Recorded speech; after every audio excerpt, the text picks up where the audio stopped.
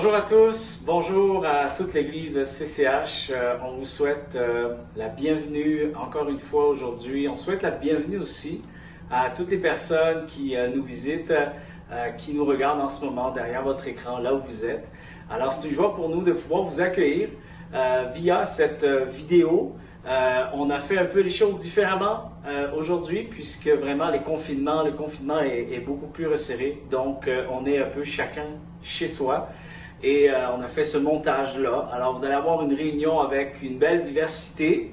Ce matin, vraiment, c'est une joie pour nous de pouvoir se préparer à entendre un message de la part de Pasteur Kendi, qui va nous apporter un message sur le thème de l'inquiétude. En fait, pourquoi t'inquiètes-tu? C'est le titre de son message. Et j'espère de tout cœur que vous allez être bénis là où vous êtes. Et je crois aussi que Dieu a quelque chose de spécifique pour vous aujourd'hui. Alors disposons nos cœurs et qu'on puisse s'attendre à toute la grâce que Dieu a en réserve pour chacune de nos vies. Soyez bénis, bonne réunion.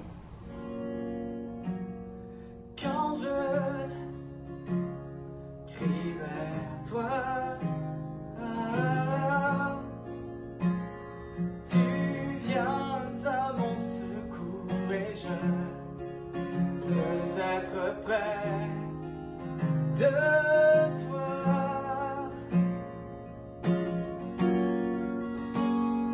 Quand je crie vers toi, tu viens à mon secours et je veux être près de toi.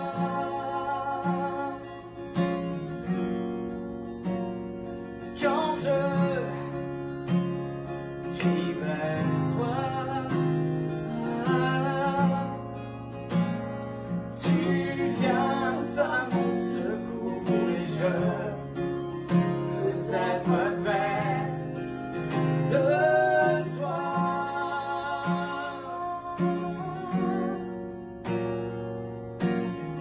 Dans ma vie, sois élevé dans ce monde, sois élevé dans nos cœurs, sois élevé.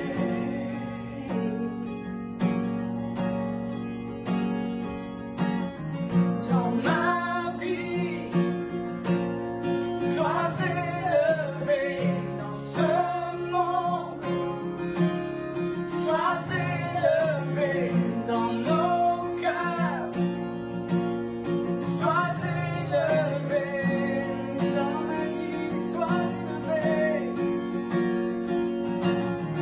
dans ma vie, sois élevé dans ce monde, sois élevé.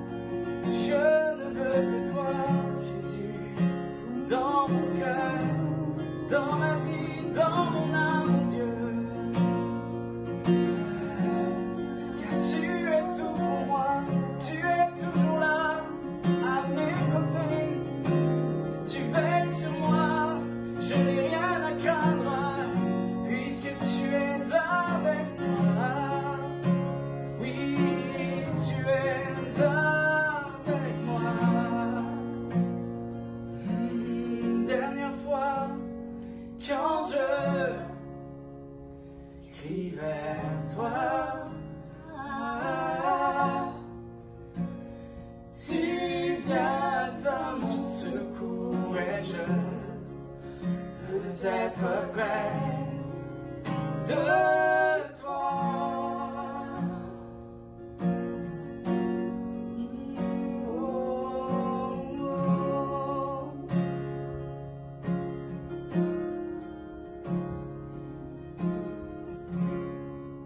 Merci de m'accueillir chez vous. Merci de nous écouter. Merci de votre présence. Merci de votre appui. Merci pour vos prières. Juste vous dire qu'on s'ennuie beaucoup de vous. Je m'ennuie des dimanches matins. Je m'ennuie de nos réunions qu'on fait ensemble. Et que Dieu puisse vraiment régler la situation le plus vite possible afin qu'on puisse être ensemble, réunis ensemble. Et pour moi, c'est un privilège de pouvoir apporter aujourd'hui qu'est-ce que Dieu m'a mis sur le cœur aujourd'hui. C'est un privilège pour moi. Et pendant qu'on parle de privilèges, on doit voir notre vie de tous les jours comme un privilège, comme une grâce, comme quelque chose que nous recevons, mais qu'on ne mérite pas. Voir toute notre vie et voir tout ce que nous possédons et voir tout ce qu'on va posséder comme une grâce, comme une faveur que Dieu nous fait à chacun de nous. Beaucoup de gens me diront qu'Andy, tu sais, j'ai travaillé fort. Beaucoup de gens me diront qu'Andy, tu sais, j'ai étudié fort. Beaucoup de gens me diront, tu sais, qu'Andy, j'ai récolté qu'est-ce que j'ai semé. C'est vrai.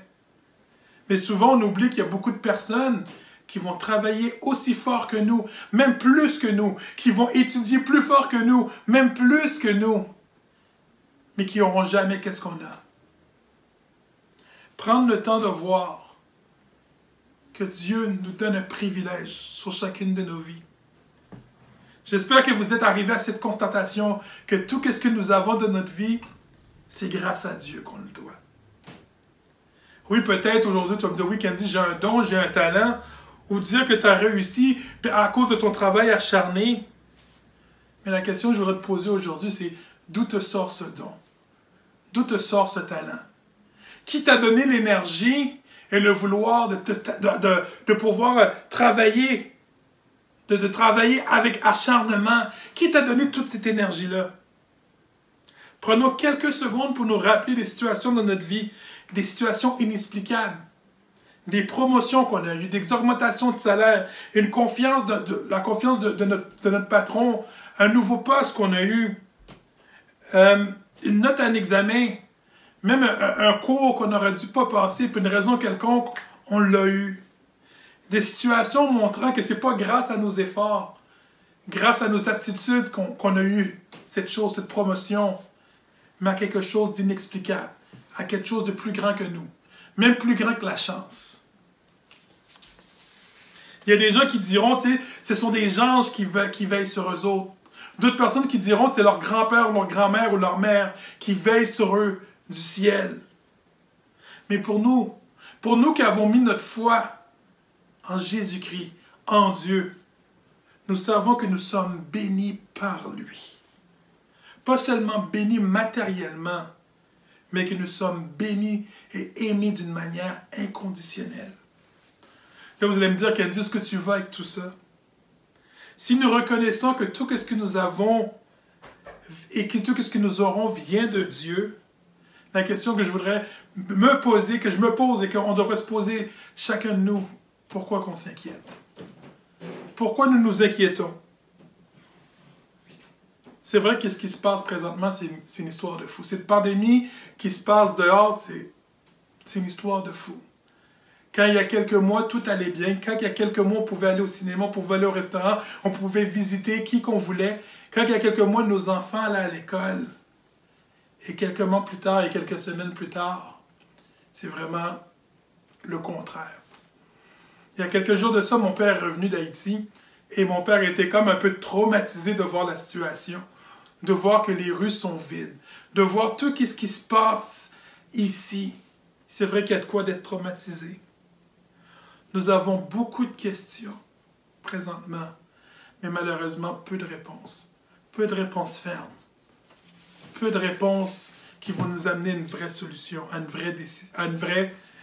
à quelque chose d'exact. Beaucoup de questions qu'on se pose, c'est comment je vais faire pour payer ma maison? Comment je vais faire pour payer mon loyer? Comment je vais faire pour payer mes prêts, ma carte de crédit, mon cellulaire? et toutes les autres choses que nous avons à payer. Comment je vais faire à un moment donné pour être capable de payer ma nourriture? D'autres personnes comme des parents présentement qui se demandent comment que mes enfants vont faire pour passer leur année scolaire. Ou ce qu'on entend plusieurs choses qui disent, plusieurs annonces qui disent peut-être, ou rumeurs plutôt, qui disent que peut-être qu'ils vont prendre les premières étapes pour prendre ça comme une note pour passer l'année prochaine. Mais peut-être vous êtes dans mon cas où que peut-être vos enfants, les premières étapes ont été mal. Ça n'a pas été correct. Puis on mettait notre espoir sur la dernière étape pour que les notes puissent remonter. Beaucoup de questions. Qu'est-ce qui va arriver à ma compagnie? Qu'est-ce qui va arriver à mes investissements? Qu'est-ce qui va arriver à mes rendements? Qu'est-ce qui va arriver à mon futur?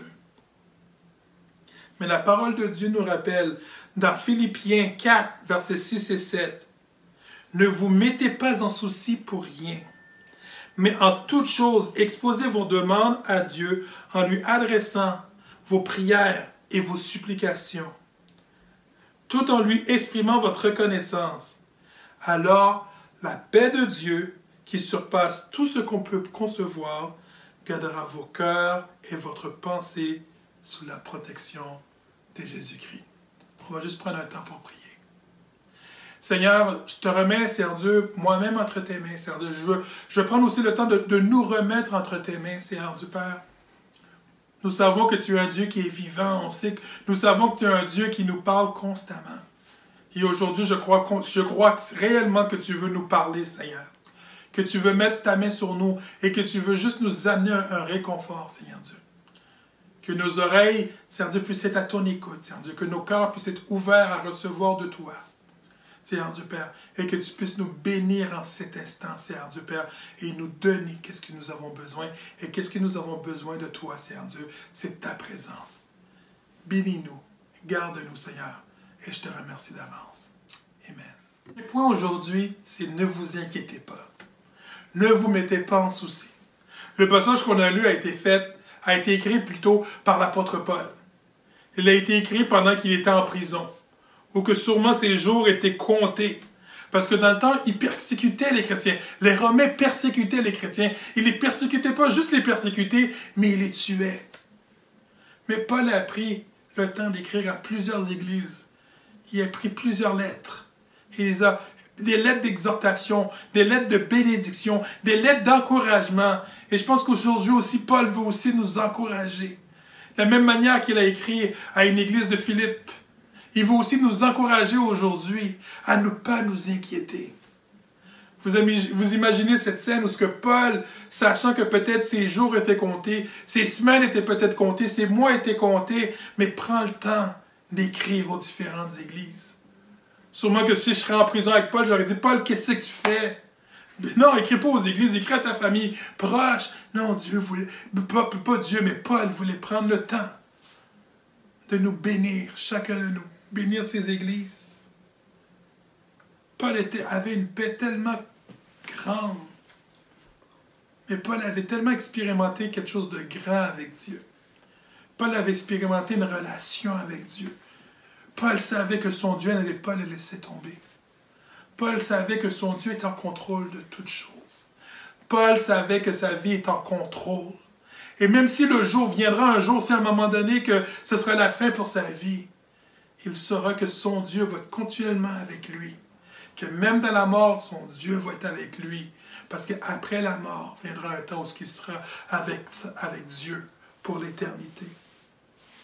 Nous sommes dans un temps où l'angoisse, où la peur, où la crainte, où le désespoir, les inquiétudes, toutes choses négatives veulent s'emparer de nos vies. Même pas juste s'emparer, veulent voler nos vies, veulent voler nos espoirs, veulent voler notre paix, veulent voler notre tranquillité, veulent voler notre santé physique, notre santé mentale, veulent voler nos bénédictions. Un temps que si tu restes à écouter les nouvelles, tu risques de devenir fou. Tu risques de te déprimer. Car la plupart des nouvelles qu'on reçoit de ce temps-ci, ce sont des nouvelles, malheureusement, qui ne sont pas joyeuses. Lorsque ton employeur t'écrit, malheureusement, ce n'est pas pour annoncer quelque chose de positif la plupart du temps. C'est pour annoncer des pertes de contrat. C'est pour annoncer des licenciements. c'est pour annoncer que la compagnie ne va pas aussi bien. Paul ne faisait pas juste dire des paroles qui venaient de son cru. Paul faisait juste répéter des paroles qui venaient de Jésus. Parce que dans Matthieu 6, versets 25 à 27, il dit, c'est pourquoi je vous dis, ne vous inquiétez pas en vous demandant qu'allons-nous manger ou boire, avec quoi allons-nous nous habiller. La vie ne vaut-elle bien pas plus que la nourriture, et le corps ne vaut-il pas bien plus que les vêtements? Voyez ces oiseaux qui volent dans le ciel. Ils ne sèment et ni ne moissonnent. Ils n'amassent pas de provisions dans les greniers. Et votre Père céleste les nourrit. N'avez-vous pas plus de valeur qu'eux? D'ailleurs, qui de vous peut, à force d'inquiétude, prolonger son existence, ne serait-ce que de quelques instants? Jésus veut juste nous rappeler à chacun de nous que sa parole est une source de vérité pour nos vies. Plus que les nouvelles qui passent présentement en boucle à la radio ou à la télévision.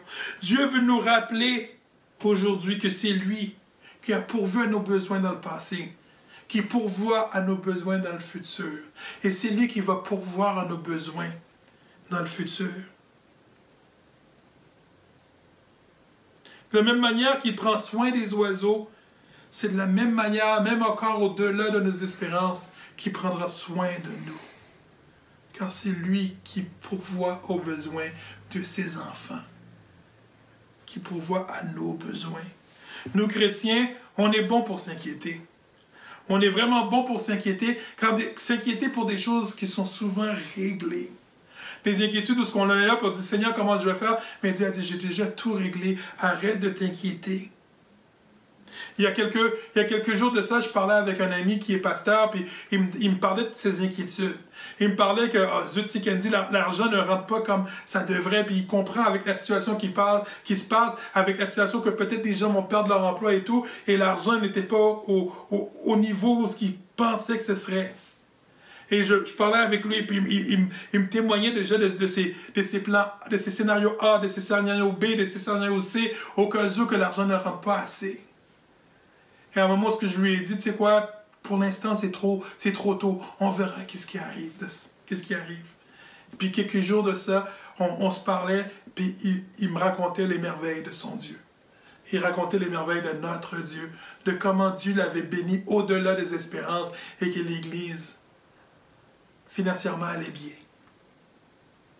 Combien d'entre nous faisons la même chose? On s'inquiète, puis on s'inquiète, puis on s'inquiète. Ça veut dire que nous oublions que Dieu nous a fait la promesse qu'il prendra soin de nous. On s'inquiète pour notre futur, mais malheureusement, notre présent, on sera malade. On sera malade à penser au futur. On sera malade, puis des fois, on n'arrive pas à dormir. On n'arrive pas à manger. On est en train de s'inquiéter, puis nos cheveux, à un moment donné, vont devenir blancs. On perd l'appétit. Est-ce que ta vie ne vaut pas mieux que le futur? Est-ce que ta vie ne vaut pas mieux que la nourriture, que ta maison, que ton argent, que tes vêtements, que ta voiture, que tes factures? Que toutes ces choses matérielles qui sont remplaçables. Mais malheureusement, ta vie n'est pas remplaçable. L'inquiétude nous vole du temps de qualité, nous vole notre santé, nous vole notre quiétude. Tandis qu'on aurait pu faire autre chose de ce temps, à la place de s'inquiéter. Au verset 27 de Matthieu 6, d'ailleurs, j'aime comment Jésus dit ça, d'ailleurs, qui de vous peut, à force d'inquiétude, prolonger son existence, ne serait-ce que de quelques instants? J'aime cette vérité que Dieu nous met en pleine face. En nous rappelant, t'as beau t'inquiéter, tu peux t'inquiéter demain et après-demain, mais malheureusement, la situation ne va pas changer. D'arrêter de perdre son temps à s'inquiéter, mais de prendre son temps peut-être plutôt à se connecter à Dieu, à se brancher à Dieu, à faire autre chose que de s'inquiéter. Parce que l'inquiétude, malheureusement, ne donne rien de positif que juste nous faire mal à l'intérieur, dans notre présence. présent. Que nous puissions arrêter de nous inquiéter et de faire cette confiance à Dieu, qu'il est capable de faire toutes choses. Le deuxième point aujourd'hui, c'est parle à ton Dieu. Parle à ton Père. Dans ma tête, j'ai cette image de cet enfant qui vient auprès de ses parents, qui vient auprès de son père ou de sa mère, qui dit « Papa, maman, regarde, j'ai fait bobo, je me suis fait mal. » Ne vous mettez pas en souci pour rien, mais en toute chose, exposez vos demandes à Dieu en lui adressant vos prières et vos supplications, tout en lui exprimant votre reconnaissance. Les synonymes du mot exposer, c'est va devant Dieu puis décris-lui ta situation. Raconte-lui qu'est-ce qui se passe dans ta vie. Présente-lui tous tes fardeaux, tous tes problèmes. Montre-lui. Parle à ton Père. Même parfois, il ne faut pas juste parler avec Dieu. Des fois, il faut prendre le temps, des fois, juste de crier, parce que des fois, ça fait tellement mal. Parle-lui des choses à propos qui te font mal. Parle-lui de tes craintes, de tes peurs, de tes douleurs, de ce qui t'arrive dans ta vie présentement et qui t'enlève la joie. Décris-lui ta vallée. Peut-être présentement, tu es au fond d'un trou, tu es au fond d'une vallée, entre deux montagnes, et tu ne vois pas où tu dois aller. Peut-être présentement, tu es dans un désert. Tu as beau regarder à droite, à gauche, au nord et au sud, c'est juste du sable, et tu ne sais pas comment tu vas t'en sortir. Peut-être présentement, tu es dans une noirceur totale. Tu ne vois rien du tout. Parle à ton Dieu. Le psaume 107, verset 6 dit « Dans leur détresse, ils crièrent à l'Éternel, et il les délivra de leurs angoisses. » Le peuple d'Israël qui était dans le désert se sont rappelés de la puissance de Dieu, se sont rappelés de qui Dieu était pour ceux qui retournaient à lui. Le peuple d'Israël s'est mis à crier devant Dieu parce qu'ils étaient dans le désert, ils ne savaient plus où aller. Et le verset nous dit « Et il leur répondit. Il leur délivra de leurs angoisses. » Toujours se rappeler que notre Dieu est à notre écoute, que notre Dieu est là.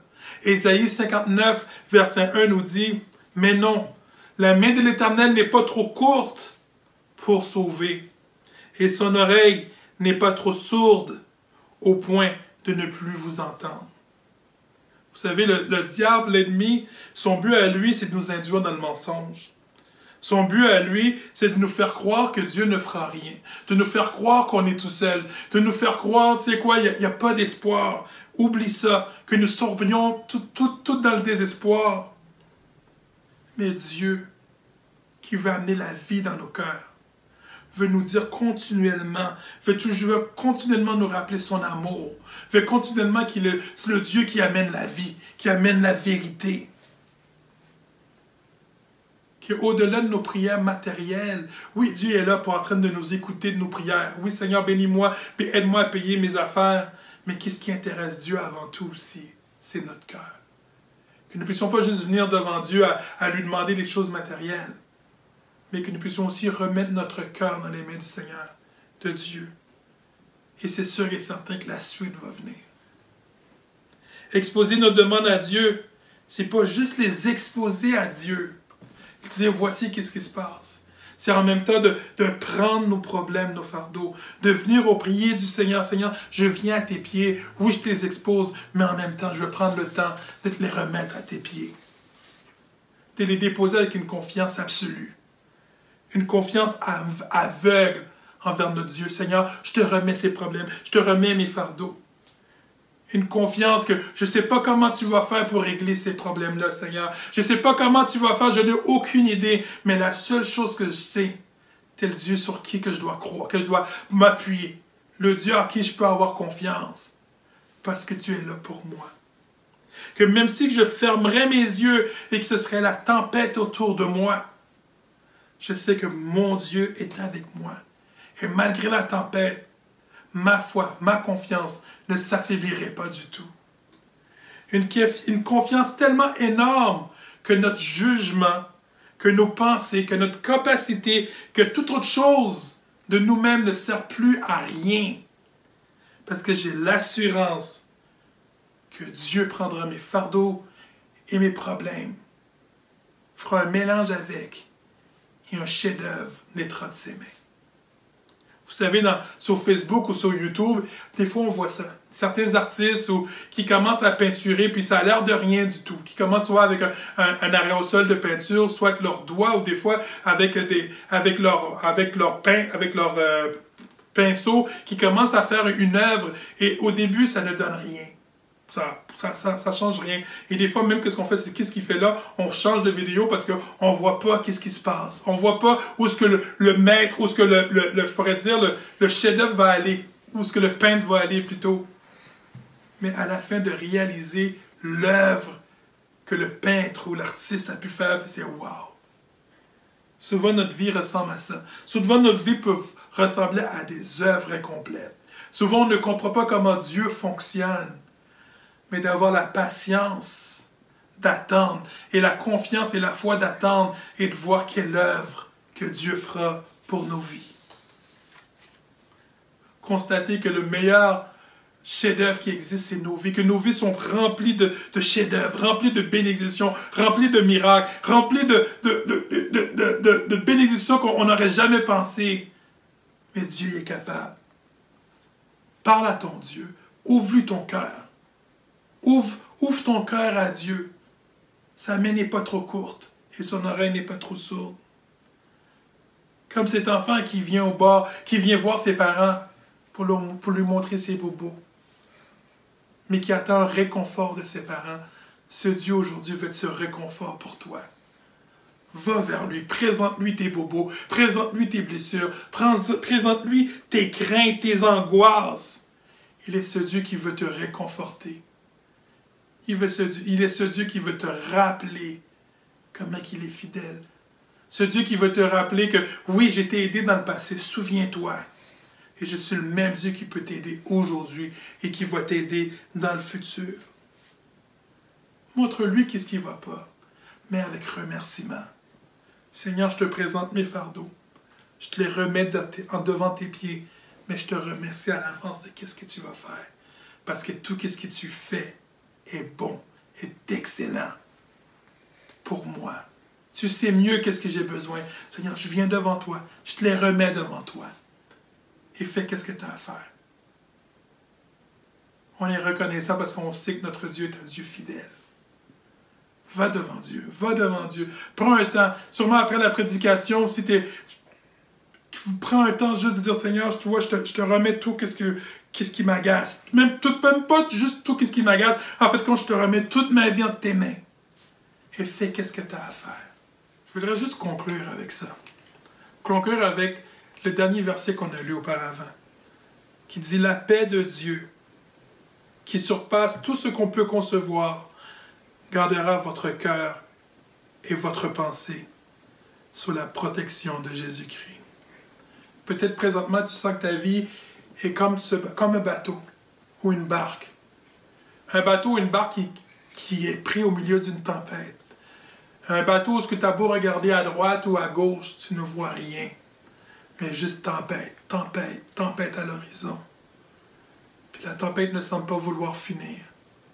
Je veux juste te rappeler aujourd'hui que des fois on peut penser qu'on est seul dans notre tempête, qu'on est seul dans notre barque, seul dans notre bateau, mais nous rappeler que celui qui commande les vents et les vagues et les marées, dont ils n'ont pas le choix de lui obéir, est avec nous et sera éternellement avec nous, et peu importe la situation.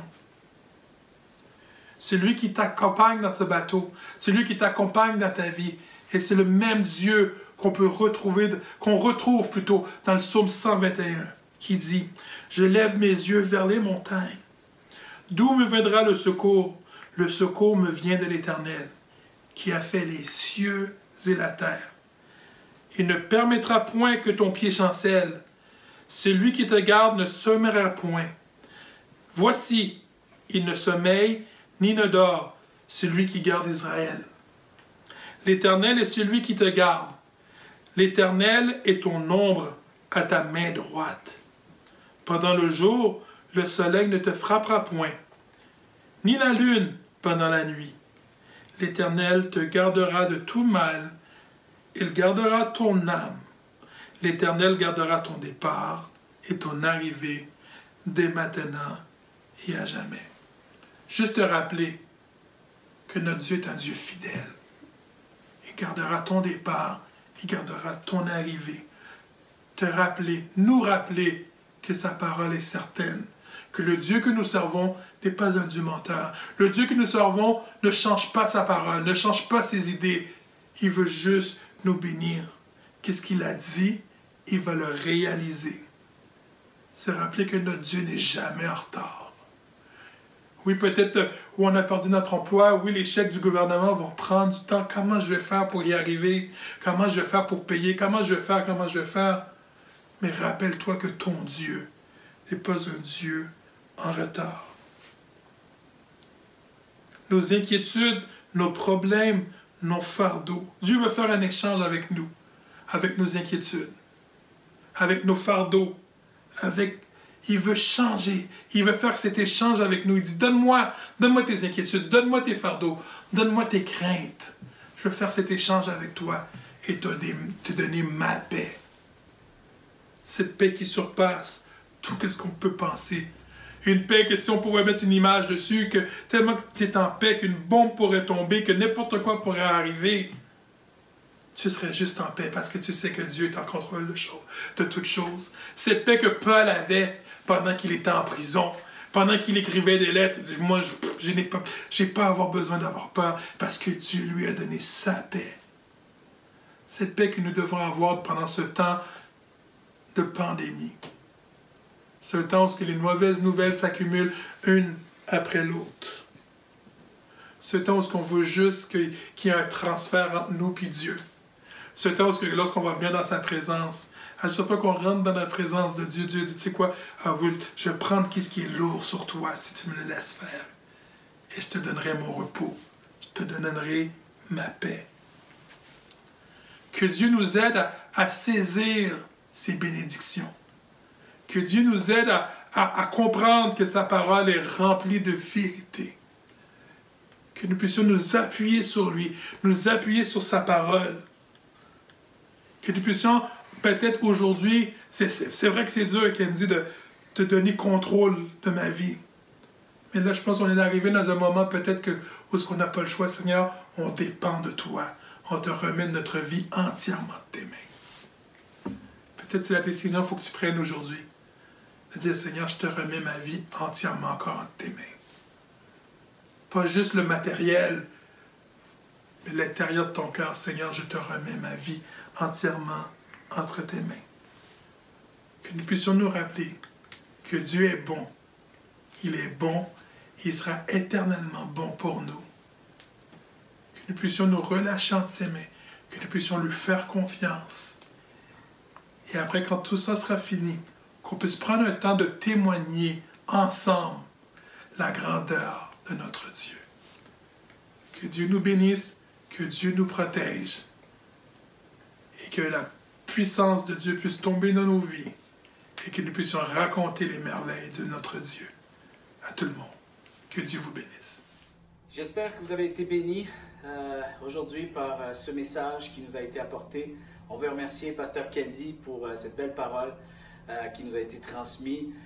J'espère aussi que vous avez été bénis par toute cette réunion et je vous encourage à peut-être revisionner le message, peut-être prendre des notes également, méditer un peu plus profondément sur des choses que Dieu a mis sur votre cœur aujourd'hui à travers cette réunion. Et vraiment, notre prière, c'est que vous puissiez être fortifiés là où vous êtes. Je sais qu'on ne se voit pas physiquement, mais l'Église continue d'exister.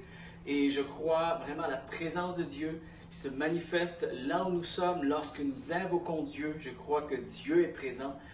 Lorsque nous le cherchons de tout notre cœur, Dieu se manifeste, Dieu se révèle. Alors, je vous encourage à ouvrir votre cœur, à cheminer avec lui et à lui confier vos besoins, à lui confier peut-être vos incertitudes, vos faiblesses, vos questionnements. Je sais que Dieu est fidèle.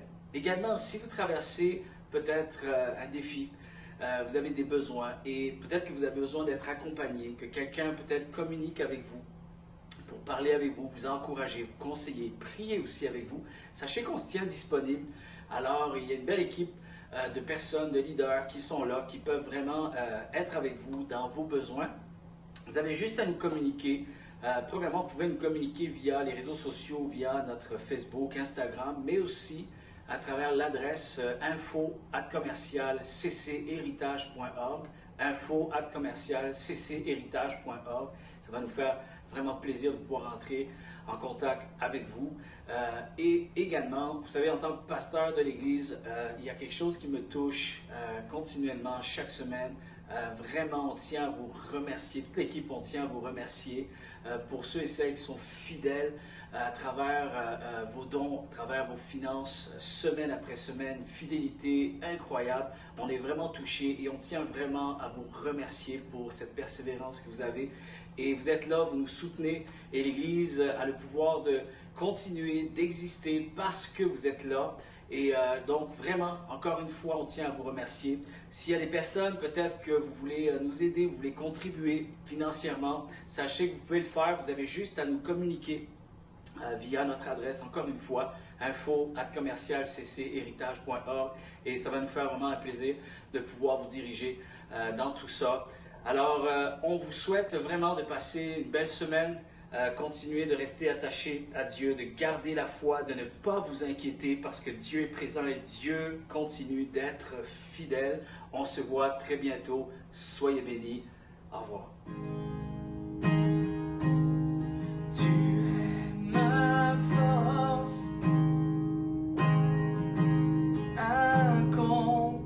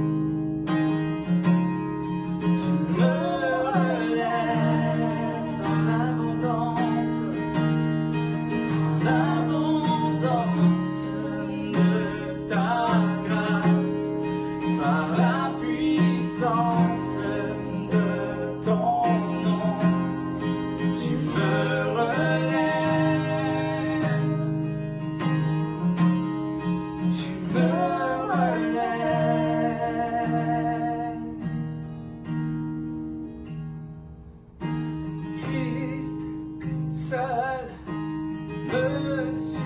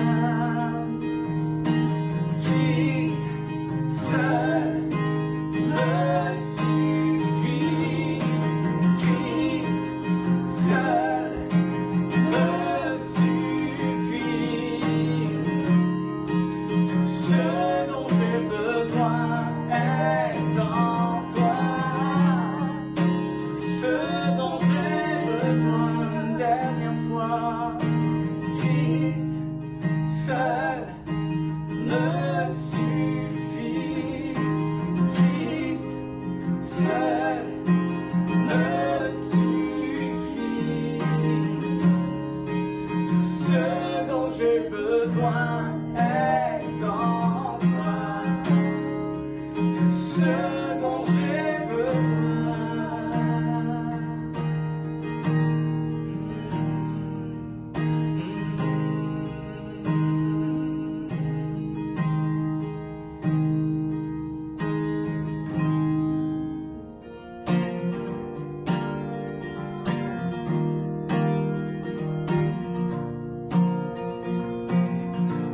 Quand la nuit tombe et l'angoisse surgit, sans fin tu m'appelles. Quand ma foi faiblit et l'espoir tarit, tu es mon appui. Lorsque je suis là, découragé, Dieu, tu es tout pour moi. Désormais je veux persévérer, car tu es avec moi, et tu es avec moi. Ton amour m'environne, mais les plus beaux, il résonne dans mon âme tel un écho. Ton amour m'environne, mais les plus beaux, il résonne dans mon âme tel un écho, écho dans mon âme.